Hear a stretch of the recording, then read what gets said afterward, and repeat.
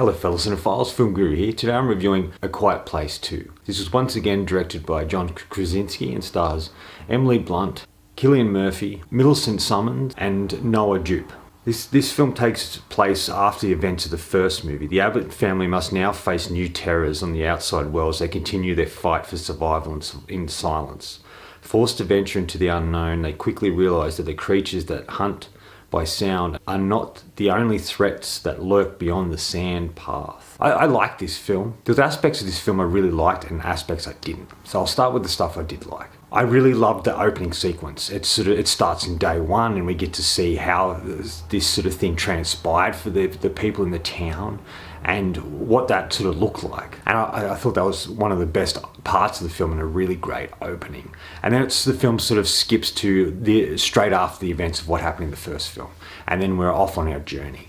And I kind of like that. I like that they sort of try to do something different with the film. It wasn't a carbon copy or exactly the same as the first movie. They tried to broaden it a bit. They tried to show more people within the world and to show different types of people and how they've been affected by what's actually transpired in the world. I thought the introduction of Cillian Murphy's character is really good. I think he's a really solid character. It's a character that has lost so much and he's fearful of getting involved with anyone.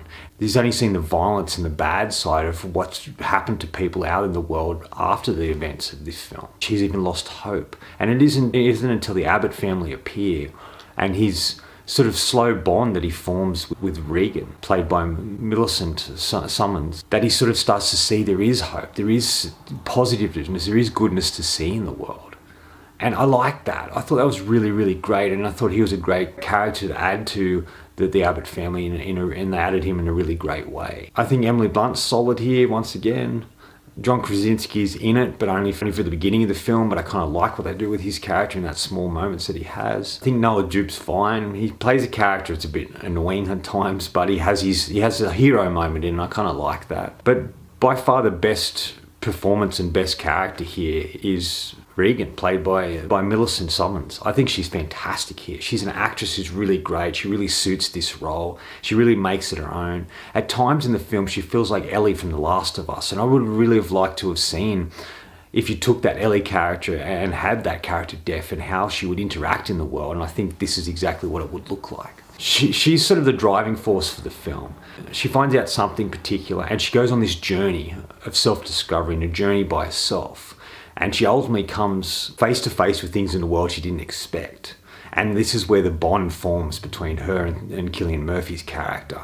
And he's sort of there with her. And it's a really great journey for both of the characters. Like I said, she's a real driving force for the film. She moves it forward.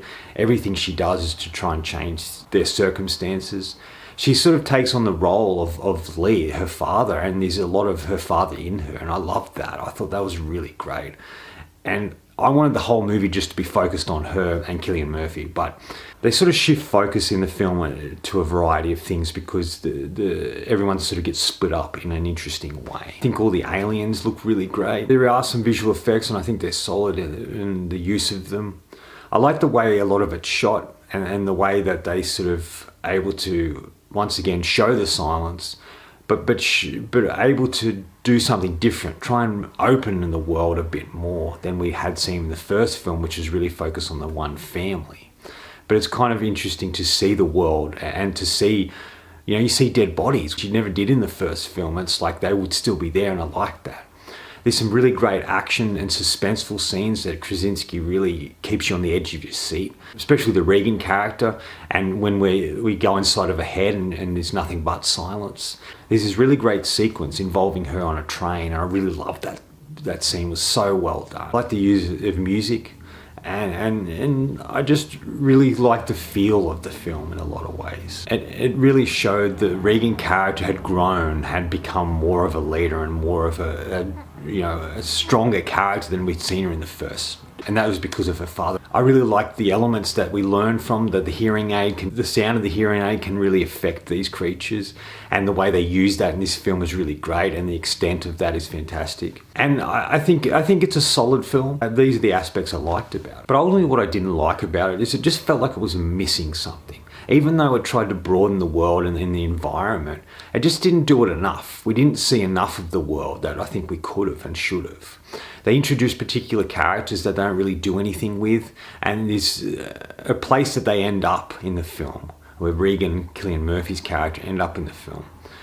And I don't think this is used very well either. It just feels like another sort of plot device or another ability to create suspense. And I don't know if I like what they do completely with that. Noah Jupe's character, I just felt frustrated. He starts to make choices and decisions. He starts to do things that have bad effects on everybody around him. And he just feels like a silly kid that doesn't really know what he's doing or why he's doing these sort of things. He's just full of fear all the time.